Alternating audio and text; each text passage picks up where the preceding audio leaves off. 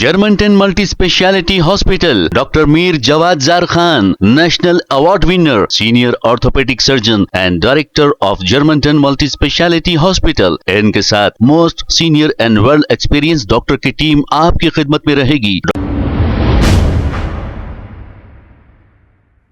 अस्सलाम वालेकुम नाजरीन, 7H न्यूज सच को रखे आपके आगे। AIMIM Nampally MLA Majid Hussain accident में शहीद हुए मुतासिरा अफराद के खानदान से बातचीत कर रहे हैं मदीना मुनव्वरा में। सुनते हैं तफसीलात।